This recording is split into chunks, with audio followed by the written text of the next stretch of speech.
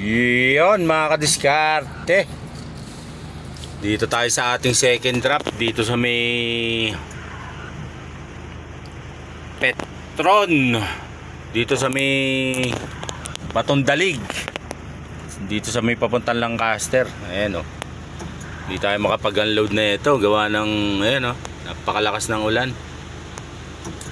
Yung mga nasa biyahe po, ingat-ingat po dahil ang visibility natin mababa pag ganyan, tas madulas ang kakalsadahan, tapos yung mga baha-baha pa, di ba? Ingat po tayo sa paglusong dahil baka mamaya malalim pala, di ba mga kadiskarte?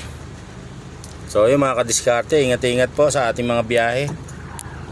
Tsaka yung mga lalabas, kung hindi naman talagang totoong importante, manatili na lang po tayo sa ating mga tahanan. Di ba po? Yun po, shout out. Ingat po.